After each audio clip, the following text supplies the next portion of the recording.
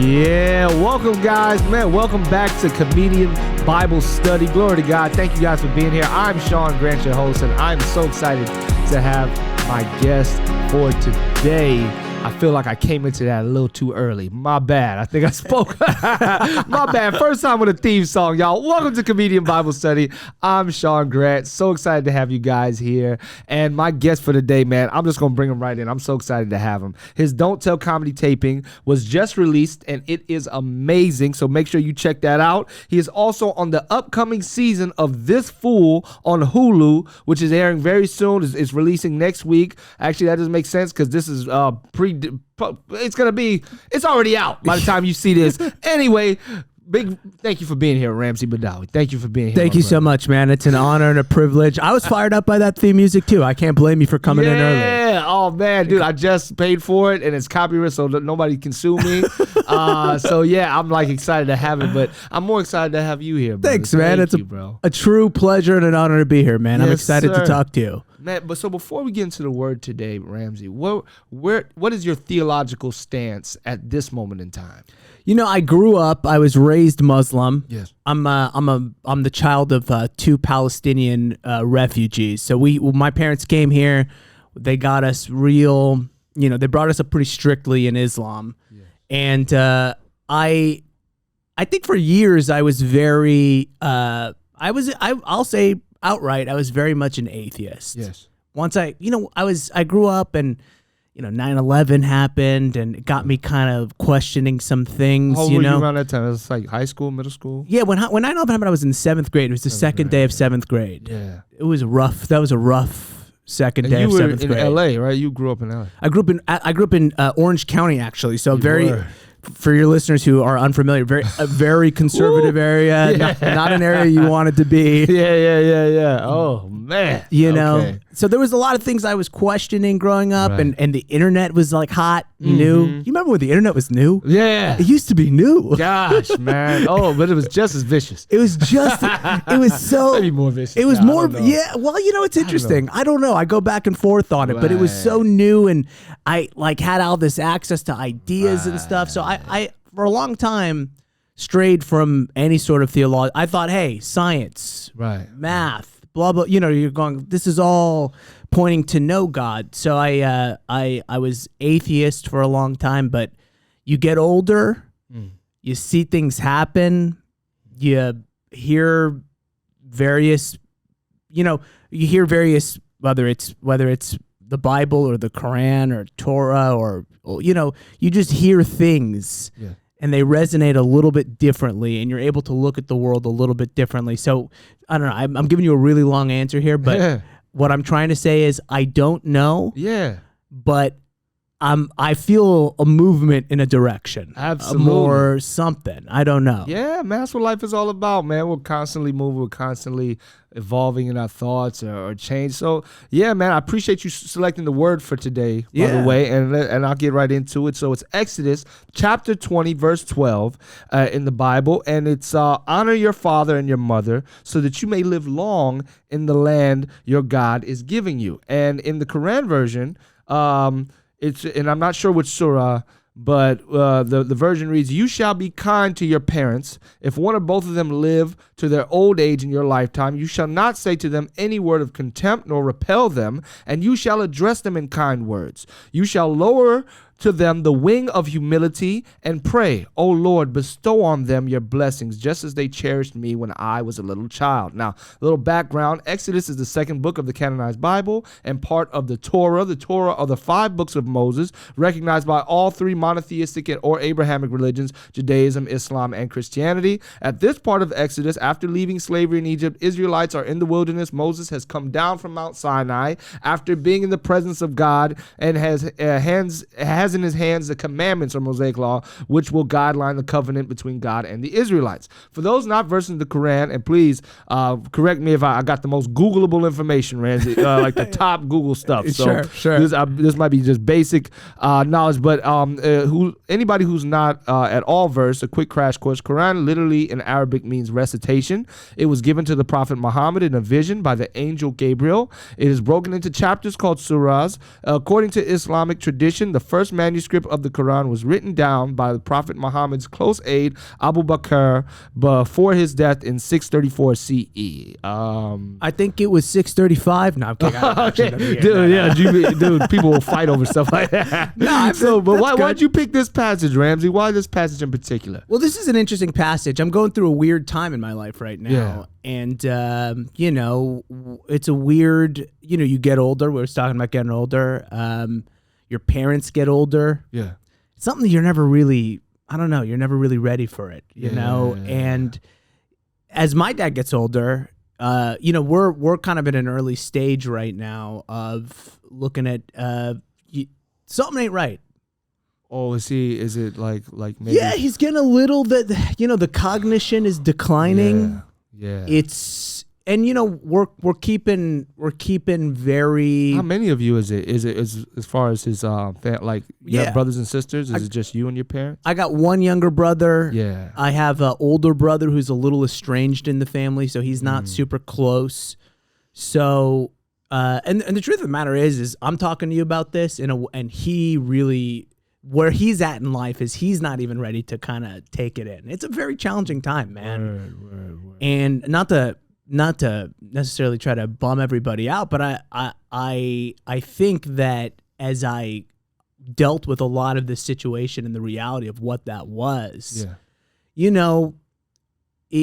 I realized, so I chose that passage for a couple of reasons. One is I felt like, it really sort of snapped clear in that moment,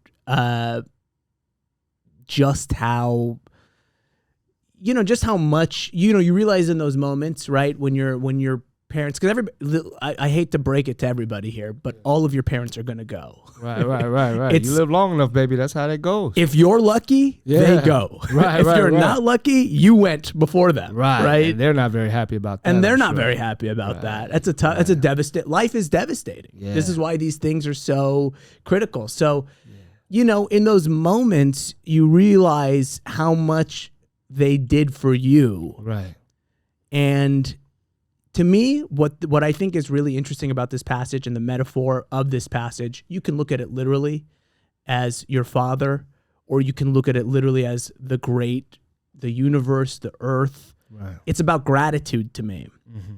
And having the ability to honor thy parents is about, I think, having gratitude with your life, what you've been given, and wanting to pay it back forward. Absolutely. Yeah. And as like I said, my dad's cognition is declining a little bit, and we're kind of dealing with it as a family, and we've strengthened up. It's brought us together in many ways, and I just found it to be highly relevant and highly sort of important for my life right now. And this is not a fair question, because of course there's going to be moments in your life where but would you say that you've honored them all throughout your life, or especially with our career decision as being comics, I think that I don't know if there's other entertainers in your family, or if that was like a thing or a weird thing that happened, or it's did very that create weird. a rift becoming a comic? Yeah, I mean, you know what? I'm glad that you even asked that. There was a lot of moments when I don't think I did honor them very much, and I think in these... And what do you say is the line? Like, where is the line between living your life and being your own person and being dishonorable? Like, where... I don't know if it's always... I don't mean to put words in your mouth. Please put words in my mouth, man. I don't mind at all. I wonder what you think the line is between that, because, I mean, if you have a calling, you feel like you can't not do it. Do you think God sees that as dishonorable, or just because your dad doesn't like it or your mom doesn't like it? My parents, it's funny. My parents, my parents are Palestinian, right? And I used to do a bit about this back in the day of like, I always got, my parents don't even care about my career at all. They never cared. Like, I kind of got jealous of, like, I got friends who are Indian and Southeast Asian, and, there's like a lot of like, my parents wanted me to be a doctor, or my parents were like, if the Israelis don't have you in jail, whatever, dude, like, do your own thing. That's where they came from, that's their lot. The ways that I feel like I dishonored my parents, and especially my dad right now, I think about him a lot, but definitely applies to my mom, is really just not giving them the grace of, like, there were so many things I felt like they didn't understand, right? And I didn't realize how much of a different place in they came from in the world, you know? Yeah. And by the way, there's so many things that I would be like, you guys are so wrong about you guys this. You get older and you're like, actually, everybody was wrong. You guys are right. You know, those are the moments where you realize the dishonor was strong. I feel you. Yeah. You have it. Well, how about yourself? How's your relationship with your folks? Pretty good. I mean, like, you know, it's crazy. I'm going through a thing right now. So I grew up, my stepdad was in my life since I was 1 year old. And it's cool watching him and my mom get into the church, and we always talk about God and stuff like that. I didn't grow up that way, especially not my dad. He was always, he was kind of out, you know, just he didn't care. He wasn't like a bad dude like that. He just didn't go to church or whatever. But now my birth father has just recently gotten out of prison and is trying to connect with me. So there's a weird thing there. He sends me weird TikTok, not weird, but he's trying to be on TikTok. He's like a fan of my comedy, and I don't know. It's kind of I'm trying to balance the line between you know. I don't not forgive him because there's nothing to forgive. I'm lucky to have had a great man in my life to help me, to help cultivate me, who supported me early in my life and career and throughout my life. So there's no lack there. There's nothing to forgive. But also, I just don't want to know a guy that just got out of jail. That's kind of that's just burdensome. You know what I mean? Yeah. And my bad for not bringing in Channing, by the way. If you guys hear any voice that off the screen, that's my boy Channing. What's up, Channing? What's up, guys? How you doing? Yeah, man. Okay, Channing. You get with your parents, right, Channing? Or I don't know. Yeah, I think it's gotten better the past few years too. Like the older I get, you know, there's like a more mutual respect, I think. Yeah. As far as your comedy decision. Yeah. Oh. My mom, I think, wants me to get back into like a full-time job. A regular, yeah. But there's still like just the respect of like I'm an adult. Right. I'm able to see them now as humans instead of just parents. Now, did you guys kind of have that? That's a big thing. Once you cross into, how old are you, out of curiosity? I'm 34. 34. So you've crossed into parent age. It's been there. Yeah. I've been there, but I kind of was just thinking about it the other day, how the different views that you go through with your parents. Right, you know? right. Did that happen with you, Ram? Like, were you like, if I was that guy's age, because I don't know how old your parents were when they had you and your brothers, but was it like, oh man, dude, you know, you kind of have more grace for him as you get older? Of course. Yeah, I'm 33 now, so now I'm like, my dad had me when he was a little later in life, right? He was 40 when he had me. But when you're 26, imagining being 40 is unreal, right? When you're 26, you're like, there's no way I could ever be 40. Now it's next week. Now it's next week. Now when I meet a guy, I swear to God, I meet a guy now who's 52, and I go, we're not that far apart, you and I. Like, I realize, like, 33 to 52 is so much closer than 22 to 40 in my young man head. Absolutely, in that cognition. Absolutely. My friends are 40 now. You know, I got friends who are 40. You know, you do comedy long enough, you meet people, you know, who've been doing it a lot. So you're like, oh yeah, like I know that guy. Right. And not only do I know that guy, but I know way worse versions of that guy who have done, and I should say guys who were blessed with more opportunity up top, born in America, you know, upper middle class upbringing. And they did way worse things than this guy who, like, you know, got on an airplane when nobody really knew that technology worked, and moved to a country where he didn't understand the language. And, you know, like the problems I got with my dad are always like, you know, he was a stubborn guy. He was a religious guy. When I felt like, hey man, you don't get the internet, dog. Like, you know what I mean? Like, he was a little. He would be probably more physical than would be okay in 2023. Right. Oh, with all of you with guys? All of us. My dad was quick with the beatings. Yeah. But that was just what he is. And when I reached the age when I was old enough to kind of realize, like, hey man, that's what you got. Right. Do they have a spare the rod, spoil the child in the Quran? I know that's in the Bible. Spare the rod and spoil the child. Like, I think that's Old Testament. Yeah. I'm sure we got something like that. Something to excuse our ass whooping. Early and often. No problem. Right. No problem whatsoever. Yeah. But you know, it's one of those things where it's like I bet you if you read further into it, there's like, it's actually not an excusable thing, because there's an argument for, you know, that's what's interesting about these books is, you know, looking at the metaphor of the books and kind of a lot of these books, from whether it's the Torah, Old Testament, New Testament. I mean, I guess the Old Testament is the Torah, but these books are not, I used to think they were guides, like, hey, do A, B, C, D, E, F, but really it's like, you can kind of figure out your own path Right. if you want to dedicate the time. Yeah, that's why I love there's something that Jesus would say later after this time period of the Israelites. But he said, man shall not live off bread alone, but by every word that proceedeth out of the mouth of God, which sort of gives the idea that God is still communicating with us beyond these books. You know what I mean? This is maybe what God did or what happened in the past, but I think that we can decipher these things for ourselves, or situation by situation. And of course, there's knowing the limits. You know what I mean? Yeah, spare the rod, spoil the child. But when does it go beyond where your kid is just completely fearful of you and has no respect for you as a person? You can't go beyond that. Yeah. And that's how you end up in prison. Right. Trying to reach out to your son 30 years later through TikToks. You know what I mean? Like, it's got its limits, and it's obviously got its limits. And so, ultimately, like I said, I think that those were the things that I was like not able to have any grace on. And eventually I reached a point where I was able to do that. Do you now?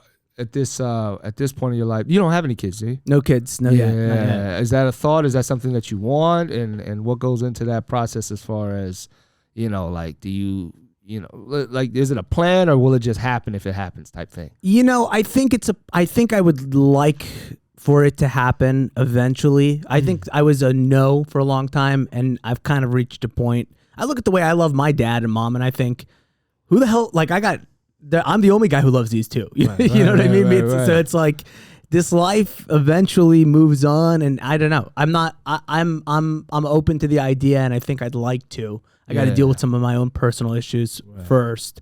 Yeah. But yeah, I don't know. You don't have any kids either, right? No kids. Just got married a couple years ago, but yeah, I want to. There's a plan for it, but with this career, it's like so hard to see, especially if you're too careful. You know what I mean? Like if you're like overthink it, because, as being a comedian, you might have your calendar full this week or this month, and then you don't know, like the uncertainty of that. I don't know. Are you your first generation as well, like comedian or entertainer in your family, Channing? Yeah. Oh, yeah. So does that fear come in, like as far as the planning of having a kid, and, you're hoping that our careers are, obviously progressing, but who knows? That question has always come up, like between me and my girlfriend. We've been together 7 years.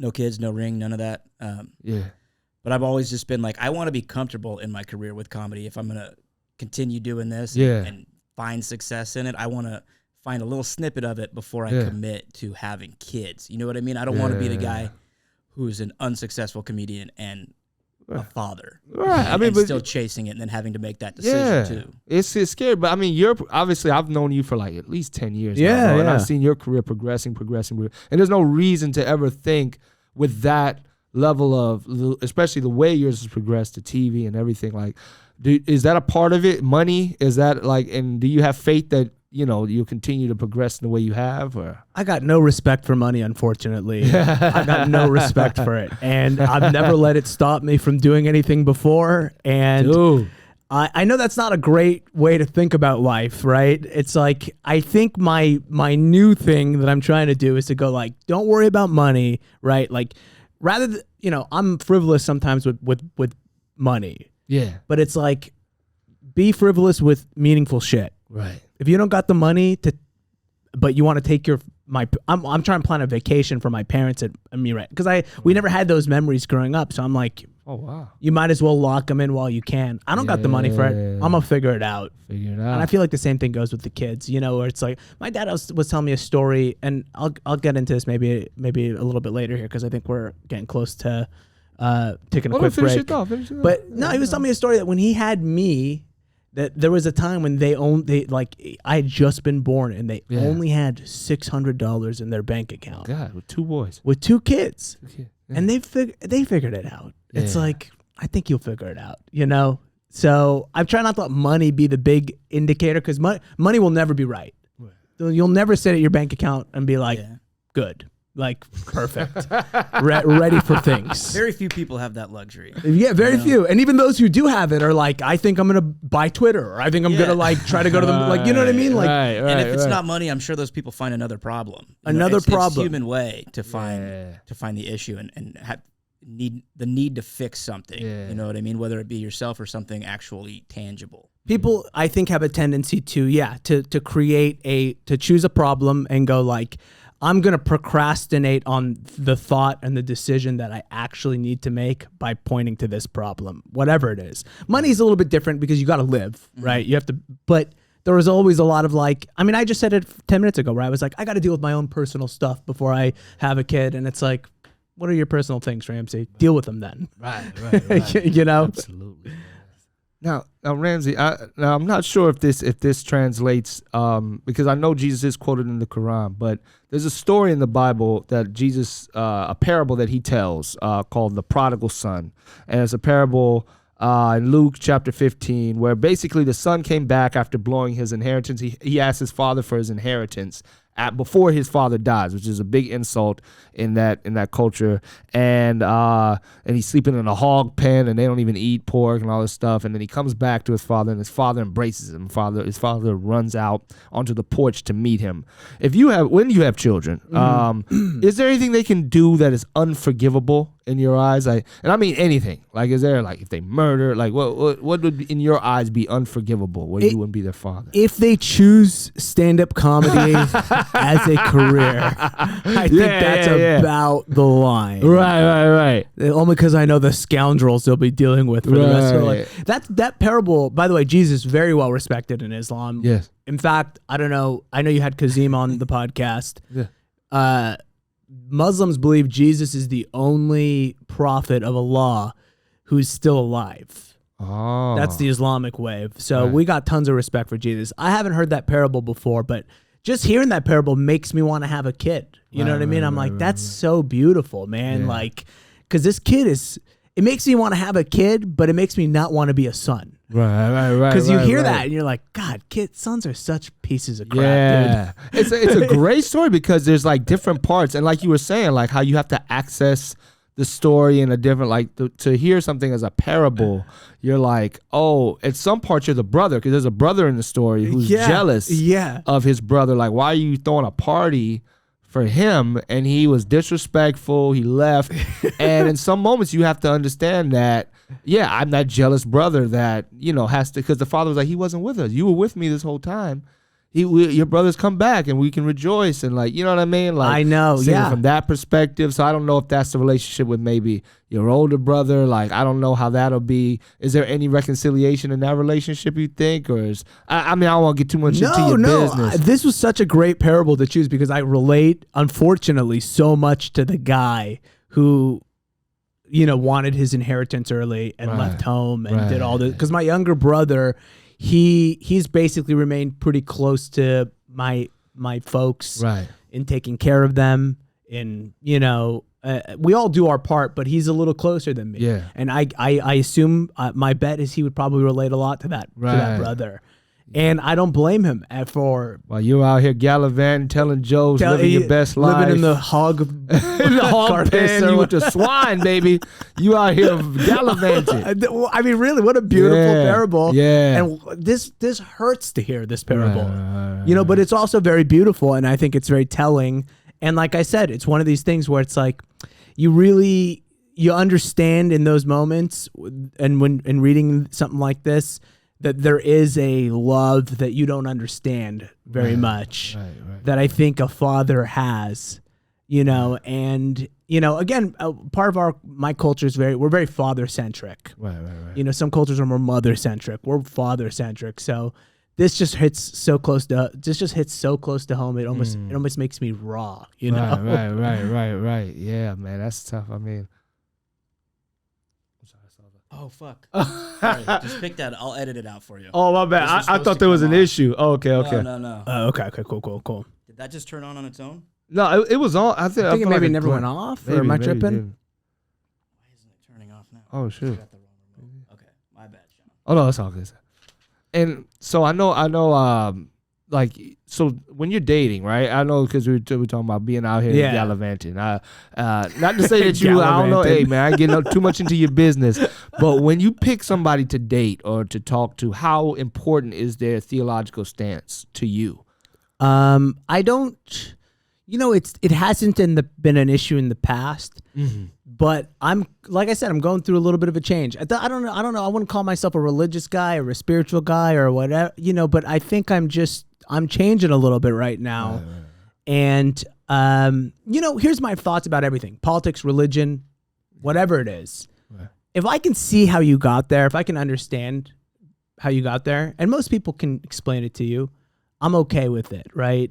There's a certain level of closed-mindedness that I think I wouldn't be okay with. Right. Like somebody who just, for example, decides, hey, maybe there is no God, and I don't think about it, and I never, I don't have any reason why it's there, or hey, I think there is a God, and I never thought about there not being a God, and it's really, to me, what's important to me is somebody who's, I think, who reasons and has some logic into their worldview, because I think that shows how they probably do everything else, right? Yeah, I get annoyed to my wife with that, man. Like everything we watch, I'm like, what do you think that means? Yeah. Like, why do you think that's so important?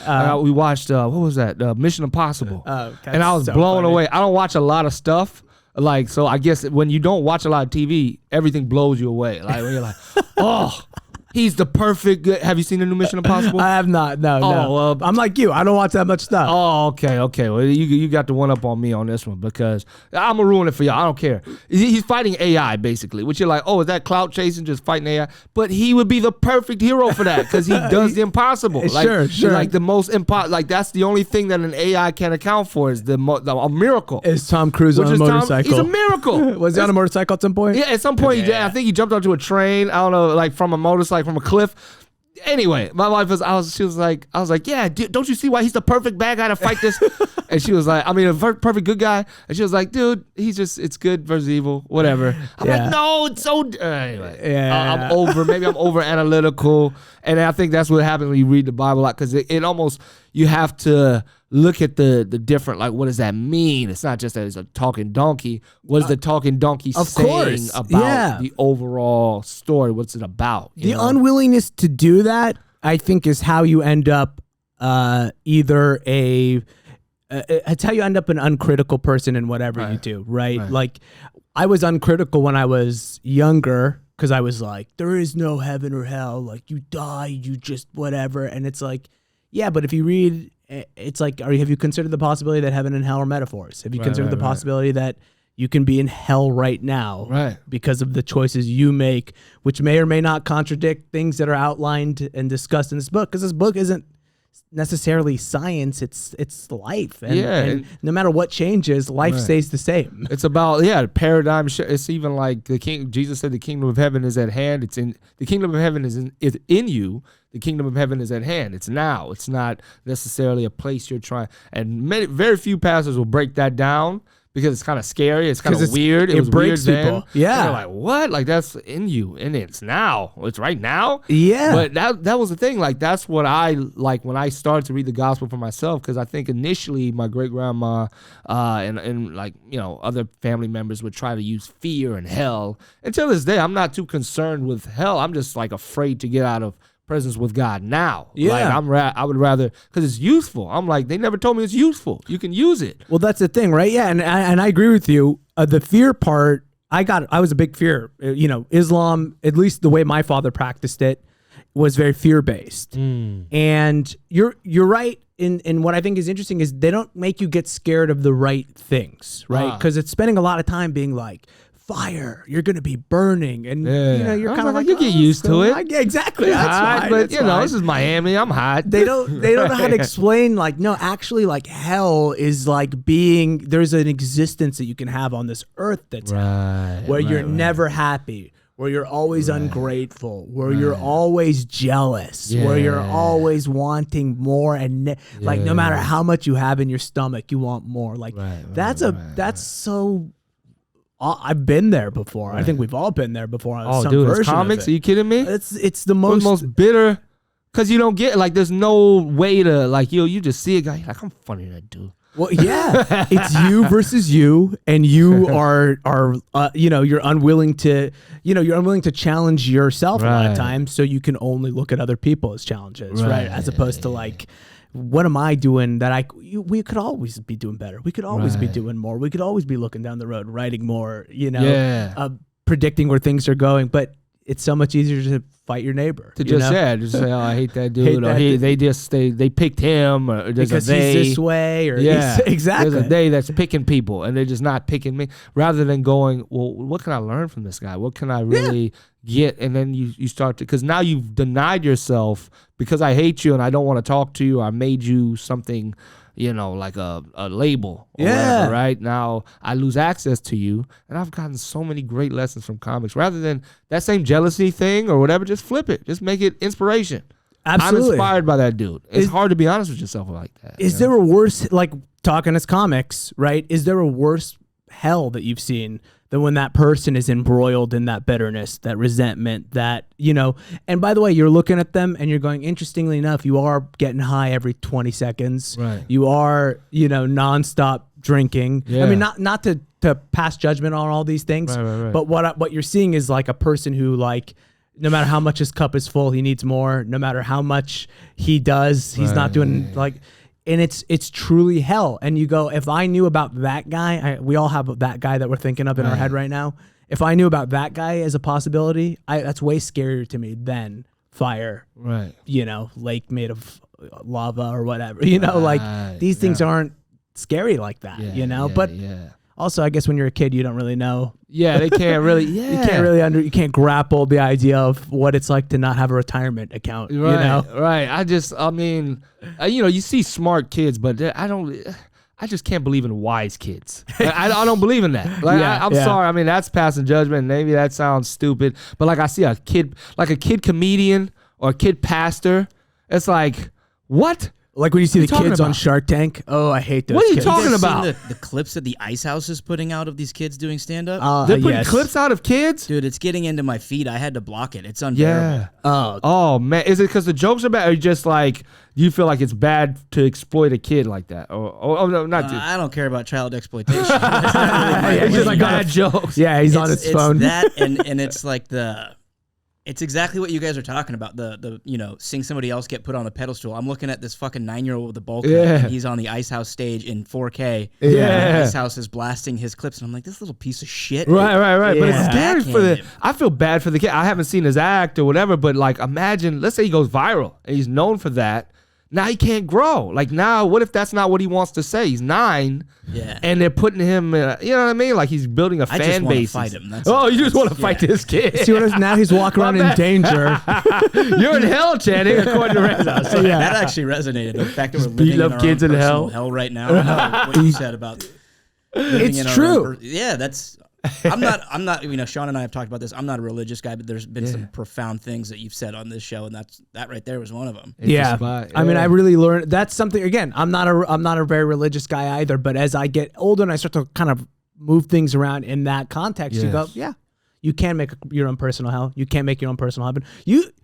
At your best, Sean. When I've known you at your best, sometimes I feel like you're in heaven. You're one of the guys who I go, Sean kind of tries to stay. I'm not saying you're perfect. You're not perfect, but you do strive for some, like I've seen you in moments of like, he's in heaven in this moment. And like, you mean on stage or something like that? On stage or even in person, just kind of knowing like, he's freshly married. He's like, I could see he's grateful for what he's got. And I'm not saying you always feel like that, but I run into you more times than most people I know. And I think that's like those are the kinds of things that I strive for now more than I strive for somebody to give me a whatever. Because every single thing I've ever gotten died immediately. The feeling of like, oh, I finally got this part I was going out for. I did this. Immediate death. I didn't care one bit. Fill up the cup one more time. I was just like that, man. Like, I feel like I got a good lesson when I got this Jimmy Kimmel thing or whatever, like early on. But I didn't get it. A friend of mine got a call like to come to LA and do this competition. My friend Lane Pichelle. And when Lane called me to tell me, because he actually asked me about the competition, I told him how to enter. And in my mind, I'm like, oh, I'm funnier than Lane, whatever. He ain't gonna get this call. They called him, and I didn't get a call. But the way I responded to him when he called me to tell me, oh, man, I got it. I'm going to LA. And I was like, oh, yeah, cool. You know, that's what's up.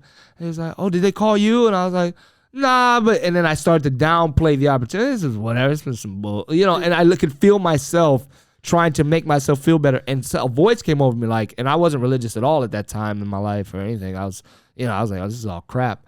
But something told me, like, you got to call your friend back and and apologize. Like that was not right, And I said, look, Lane, I was just in my own feelings. I'm sorry about that, blah, blah, blah. And he was like, oh, no, I understand it. And I got a call like a couple weeks later. Like they just called the first 2 guys before Thanksgiving, and then they called the last 2 guys. But in my mind, it wouldn't have happened. I wouldn't have gotten an opportunity if I didn't get over that idea that, you know what I mean? Like I couldn't be happy for my friends. Even that moment, by the way, the moment when you were talking to your friend and telling them how sorry you were because you felt jealous because they had this thing. It was repentance. It was just like, and there's this closeness and there's this warmth and embrace and closeness that you will never experience that, or you don't experience that frequently. And I think that that's something people avoid a lot, that they don't realize is an amazing feeling. It's an amazing thing to be embraced. Absolutely. And as you say that, I remember now, because I brought my friend from college with me. It was a college competition, funniest college kid in America. And I ended up winning. It was like we all did like a 5-minute set at the end of a Jimmy Kimmel program. And then he showed a highlight the next day and gave us a trophy. But I remember his mom, Lane's mom, like when people were congratulating me and some, I think Jordan Sparks were there. Like all these people were like really happy. And she looked at me, she said, call your mom. His mom said, call your mom. And I'll never forget, Lane Pichel's mom told me to call my mom. And I was like, so funny. Yeah. That's very nice. Yeah. You should have said, she's dead. She's dead to me because I'm get successful. One more joke in. Right. I'm successful. My mom is now dead to me. She didn't believe. Jimmy Kimmel is my God now. I have no mother. I'm on Jimmy Kimmel. And you know what? Maybe I'd be rich and successful if I had that like attitude. It's true. You would be. You'd be rich. You would be successful, but you'd be miserable. Right. I know so many of these people. You could be the owner of Stitches, the social media network. Yeah. There is something profound about, you saying that you had to call your friend, or that you felt the need to call your friend and apologize. Because what we're talking about, like living in your own personal heaven or personal hell, if there is, let's say that paradox actually is a reality, then, suffice it to say that there could be a reality within that reality where you don't get Jimmy Kimmel if you don't call your friend. Right. Yeah. Yeah. No, I fully agree, because I think you're totally right. I think there's actions that follow that, right? Calling your friend and being, you're able to sort of be more in the moment, right? You're performing better. You're being more sociable with people around you. Right. Like there's just so much more. I think you're totally right. Maybe I'm looking at it like more ethereally or like sci-fi. Yeah. No, I love right. it. I think there's a way, not that it goes by my will, like, because I started to, not in that moment, but like as things would happen, because even when I got there, I remember me and my buddy didn't have a hotel room, and we were just walking around Sunset, and I was like, I'm gonna win this. Like for whatever reason, like little things would happen, and it's not that I feel like it's all just working towards something, some type of goal. Not that it's what I want necessarily. Yeah. But I could succumb to. I felt surrender to go. All right, I feel like I'm going to go last on this competition. I ran the light because I knew that these people didn't care about it. I kind of cheated. Yeah. In fact, Daniel Carter was, shout out to him, he was one of the judges. He was an intern at Jimmy Kimmel. Didn't know who he was, right? He books me all the time to do ponchos. Yeah. They made him pick who won. I didn't know him. And now he's like one of my best friends in comedy. Yeah. He was like, oh, I met you. You don't remember, I was an intern, but like nobody really cared who won that competition. I thought you were the funniest. He did some Obama joke. Sure. Boom, I won. But I'm not saying like, Channing, you're right. I might look at it differently, like it's okay, just accepting this, accepting that. But I think you're doing something in that process. Yeah. As you're walking in faith or whatever you call it. Do you feel like, has there been a faith walk or some story in comedy where you're like, if it wasn't for that, and this, I don't know. You know who talks about you really well all the time? Chris Estrada was the first guest on the show. He loves you. He'll talk about you any chance he gets. One of the sweetest men in comedy. Well, can I say this? And this is, I'm glad you brought it up. I'm not sure if I have that exact story, but my version of this a little bit is when Chris first got his show, I was never jealous of Chris. Yeah. But I became resentful of myself, going, well, me and this guy are best friends. We started comedy together. We're both doing great on stage. How come he can figure it out and I can't? I was it was never towards him like, hey, why did he get it? But it was more like, Ramsey, like, what's wrong with you? Like, but something happened when I realized that was just like I realized, you know what I realized? I was being a horrible friend to my own friend. Very similar to your story. Right. By not, I guess, I don't know, by not, he needs a friend. That's scary, dude. it's so You scary. get a show. Yeah, I don't want to throw him under the bus, but you're right. Like that's A lot exactly of people are depending on you. You can't screw this up. realizing how much he was going through. Right. And can I say this? I've become so happy for his success, and the joy I feel from watching that show grow truly supersedes all of my accomplishments that I've ever had. Yeah, just being happy for him. Being happy for somebody who I see basically as a brother, you know? Right. And that, back to the heaven or hell conversation, that is heaven, man. Like to really just go like, wow, like I just genuinely have a bliss. Yeah. And you don't always get to feel bliss. Yeah. You know? Yeah. And finding your ways to feel it.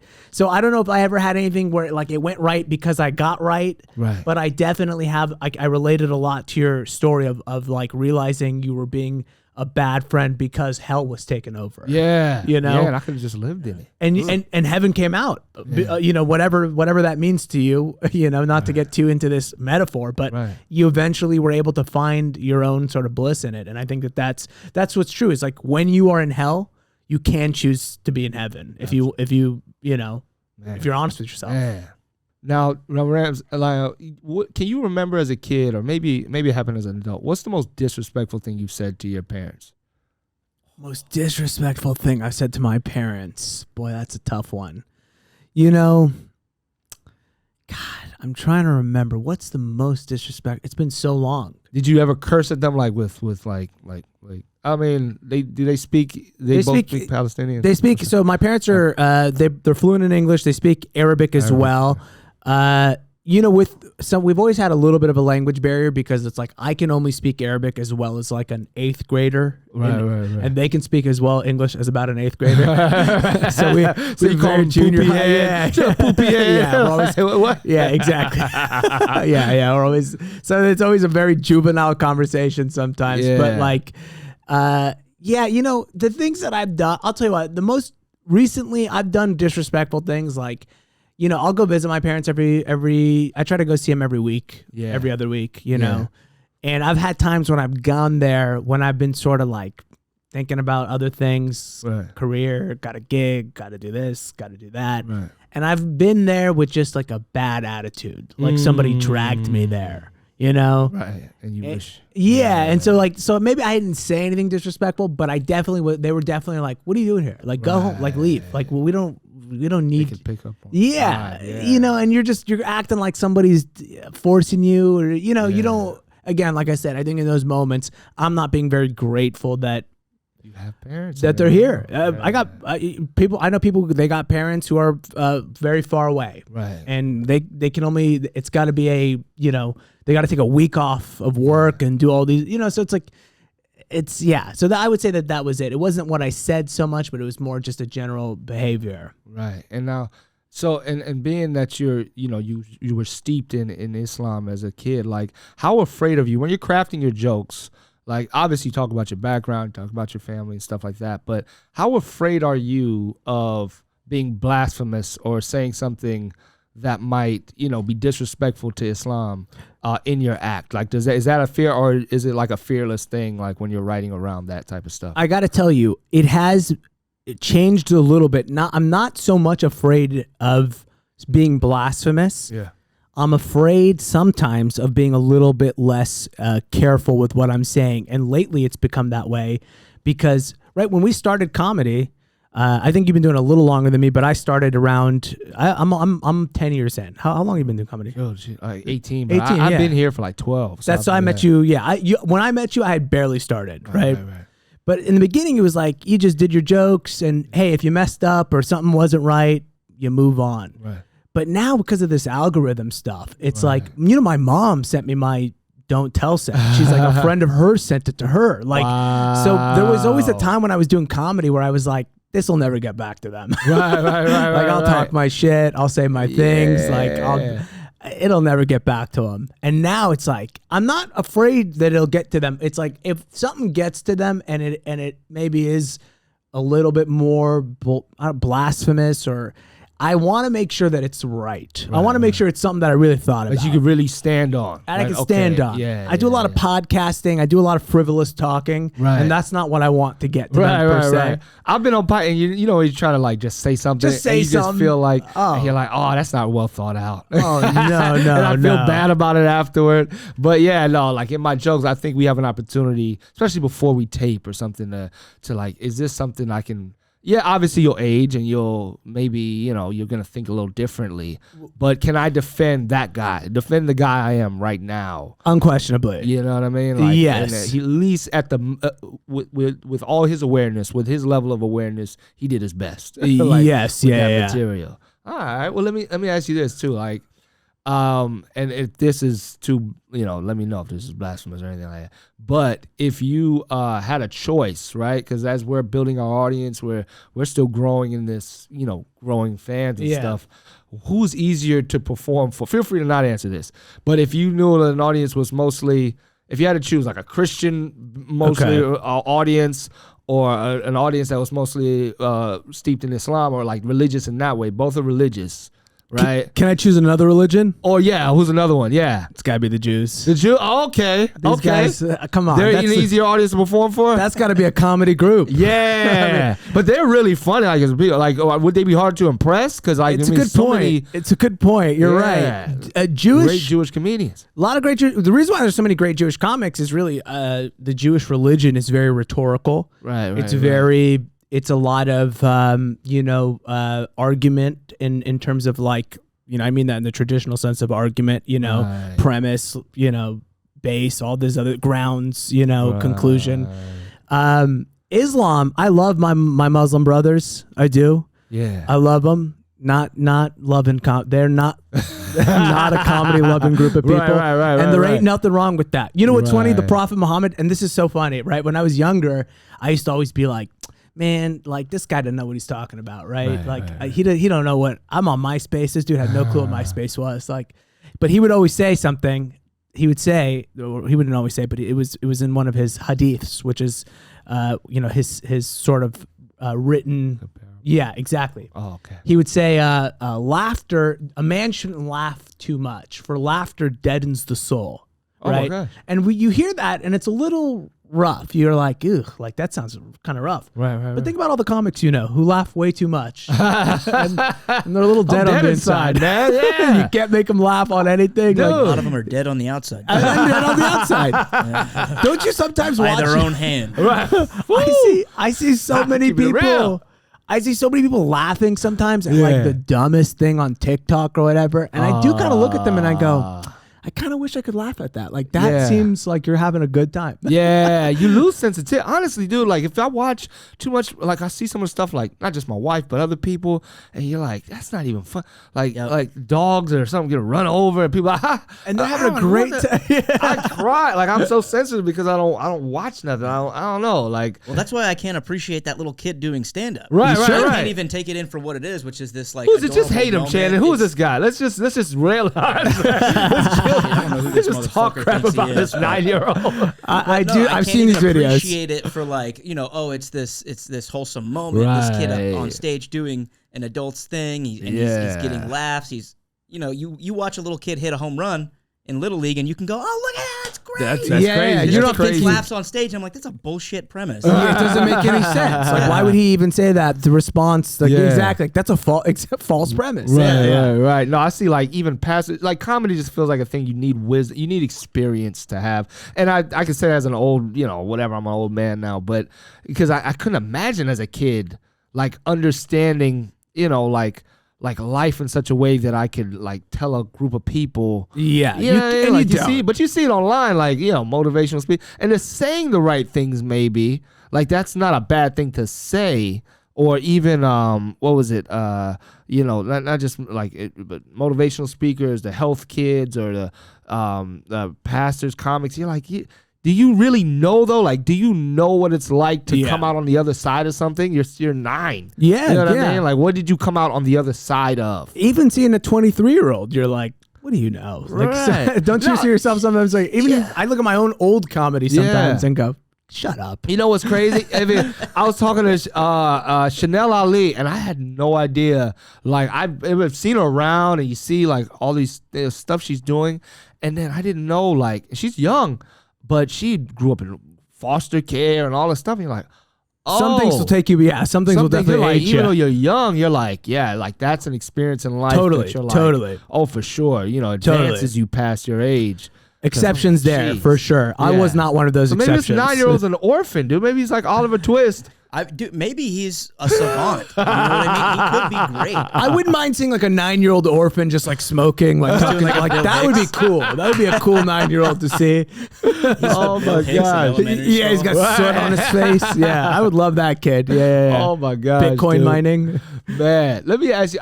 Now, not about but we can just. I don't know how much you know about the Bible itself or the characters in it, right? But so I know you're on This Fool. Yeah. Season 2 of This Fool is coming out pretty soon, or is out. Sorry, I keep saying that. Which is a fact that you're saying. I'm not promoting it. You're a fact that you're saying it. Due to SAG-AFTRA strike, I can't promote it. Yeah, I'm just way stating a behind fact. my dudes, so I say what I want. No, it's like, watch This Fool, punk. But yeah, I know. Yeah, there's a thing. But who, in your opinion? I mean, there's a lot of characters that you may know from the Old Testament. Cain. Who's the biggest This Fool in the Bible? Ooh, that's Who a you be very like, good this one. fool. That's a very Adam good ate one. the apple, but then you got Cain killing his brother, and you got other. Interesting. You know what I mean? Interesting. Okay. Could go Satan himself. I mean, who else, man? It's got to be. Well, Satan is a good one, right? I mean, he's one of the guys who never got rehabilitated, you know, by the nonprofit organization. For those of you who don't know the premise of the show, they basically hugs and hugs. Hugs and but it's got to switch this season because you're gonna have a. It's a major switch, but it's the first season was about a nonprofit which rehabilitated some ex gangsters, right? And it's interesting. Who's boy, oh boy, do I pick Satan? Satan is one of the guys who's never been rehabilitated. Yeah. Adam is well, I'll tell you what. Adam is a great example of that, right? Because Adam is and I'm gonna go basic here because again, Quran. So and Adam is the story we all share. We're all in Arabic. You would refer to a human as bin Adam, which means son of Adam. So that's just part of our language, you know. Right. Adam is a guy who made a mistake. Right. A critical mistake. It screwed up a lot of things. Yeah. But in his heart, he didn't mean to make that mistake.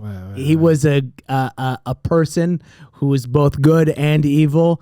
Evil overtook, and we pay consequences for it, but we give them the grace, and we give him the grace for the mistakes that he's made. And I feel like Adam, that fits right into that rehabilitated gangster world. Yeah, and people always put on Eve, but Eve was deceived, the Bible says. She got tricked. He didn't get tricked. And he got the order, and you fool, you fool. I was like, and we could go Judas. There's a lot of people. Caiaphas was kind of a jerk. Caiaphas killed Jesus. And, Nero, this fool. But anyway, a lot of this fool's in the Bible, man. But let me ask you, now, just before we get into our own, because I know I want to challenge you to the Bible Belt stuff and get all your upcoming. I'm gonna win it, but yeah, I'm excited, man, because I haven't been performing up to task. My man Shannon's got the questions ready. But who do you think? And if this is blasphemous, don't answer, right? But if they had a 5-minute comedy competition, like both, Jesus and Muhammad, right? And tricks are on the table. I mean, miracles are on the table. They can do miracles if they want. Who do you think wins in a 5-minute comedy competition? Interesting. Now I have to go Prophet Muhammad. I do got to go Prophet Muhammad. Jesus is Jewish. We just finished saying how they're, Jesus is Jewish. I hear you. But here's why Prophet Muhammad I think is. Well, hold on. Can I ask you a question? Yes. What era are they performing in? Like, are they performing today? Was this today here? Yeah, they're getting up tonight. They're getting up tonight at the Laugh Factory or somewhere. Yeah. I think it's the Prophet Muhammad. Okay. And I'm gonna tell you why. I think Jesus buries him. Oh, word. Now, here's the thing about the Prophet that I think. Okay, in a comedy club, Ice House, Jesus is taking that one. Yeah, he's getting everybody drunk first. He's getting everybody drunk.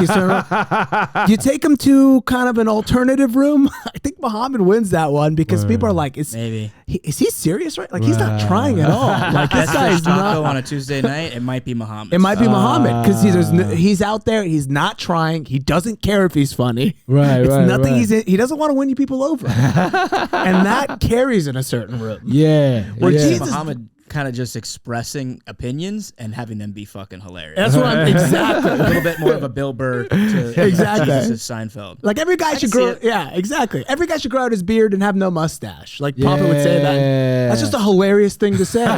Looking at some guy in the front row, I can see your lip. Right. Hey, you know what? I did say storyteller. Jesus is a sign of a parable guy. Yeah, some of those parables are a little long-winded. They can be a little so long-winded. If you don't hit at the punchline, you know, you just basically told a story at the. And you said they only got 5, right? They got 5. Yeah. And I love both. Love both. Respect both. I feel like Jesus is going to be a little nicer.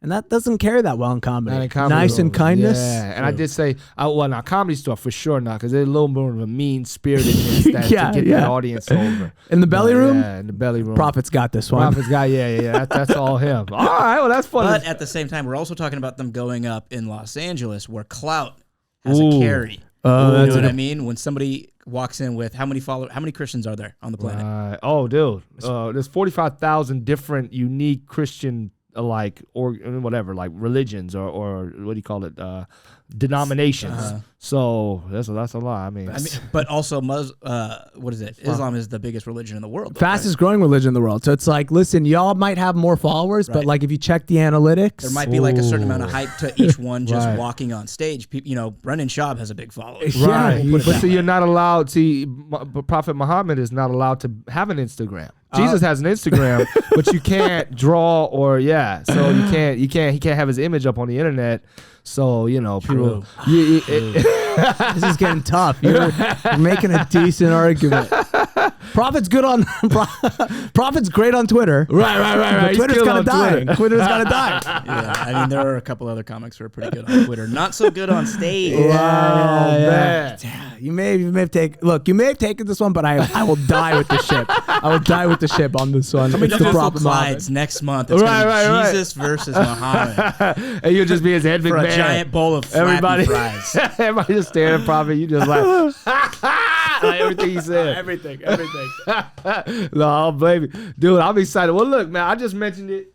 But this is right here, guys. I made an actual belt. When Chris and Jeff challenged me for this, it wasn't an actual belt. Guys, this is the Bible belt right here. All right. My guest Ramsey is going to go up against me for 3 questions, right? Shannon has selected 3 questions off of a website. Let me hold this thing. Oh, yeah, you can touch it. You have to give it back, brother. Let me get this inspiration. Now, if we tie after these 3 questions, the belt is yours, Ramsey, because I ain't got no business tying with you if I had the nerve to have a podcast called Bible Study, okay? If that belt has any pull that the Stanley Cup has, you might have just jinxed yourself by touching That's it. true. Oh, well, see? That's how be the confident Drake. I think Drake's betting on me, so I might have the Drake curse, so maybe a balance. Okay. Let's see. Yeah, We'll see. let's What see. you got for us, Shannon? What you got, baby? I'm going to let Ramsey take a pick. Do you want to do quiz number 3 or quiz number 4? I'm going to go with quiz number 3. 3. Yeah. I like 3. Okay, here we go. Okay. Comedian Bible Study, quiz number 3. Question 1. David had a daughter named what? Ooh. A, Tamar. I think that's how you say it. Yeah. B, Mach. C, Abigail. D, Hebron.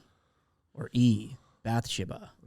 Okay, I'll let you answer first. My answers are out. Oh, okay. No, so you got to go with 4. We gotta go 4. You got to go with 4. I was going to guess Tamar too, but yeah, because Bathsheba was the lady. I forgot to blank those answers out. I got to do another one because that's going to be the quiz for the next guest. Yeah, I'll have to make a new one. We got to make a new one. I was going to guess Tamar. I got a cousin named Tamar. I knew it wasn't Bathsheba because that's who he slept with. David, man, That was my fault. I was David slept with the homie's wife, dude. It was a wild world, dude. He was wild with that, right. man. That was bad. Okay. Take 2. Okay, All here right. we go. Comedian's Bible Study, quiz number 4. Ooh. Question 1.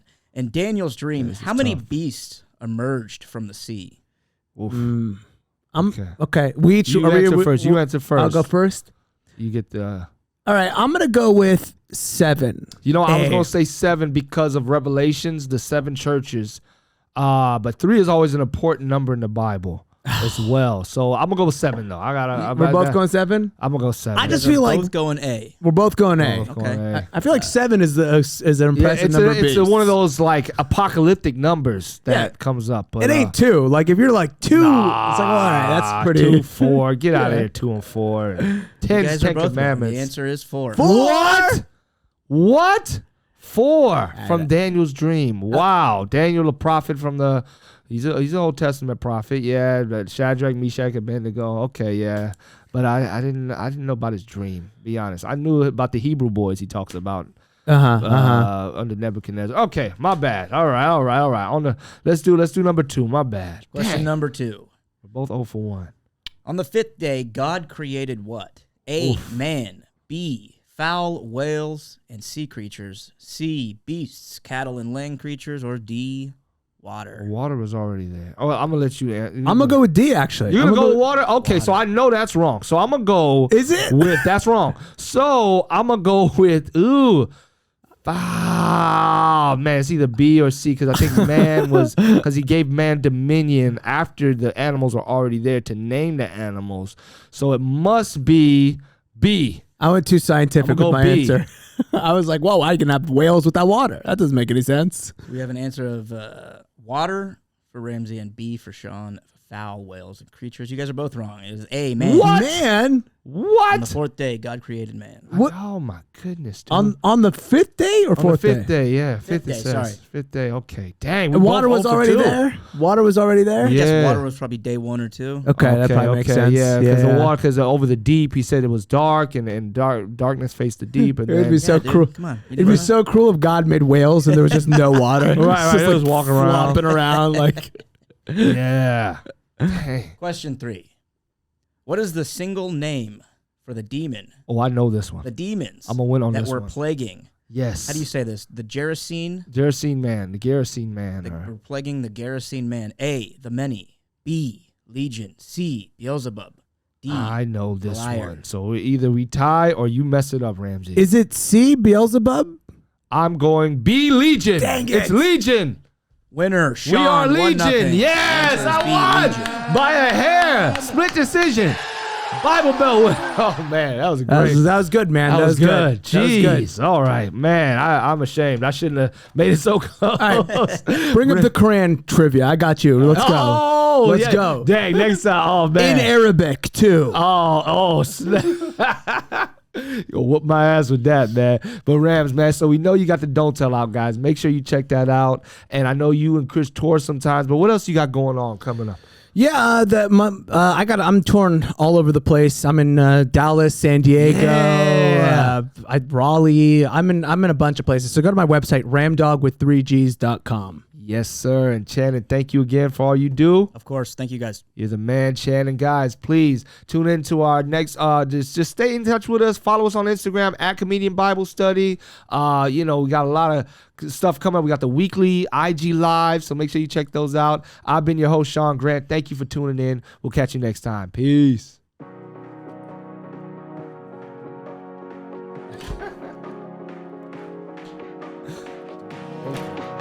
Fun, so fun, man. Thank you so much for having me, man. Hell yeah, dude.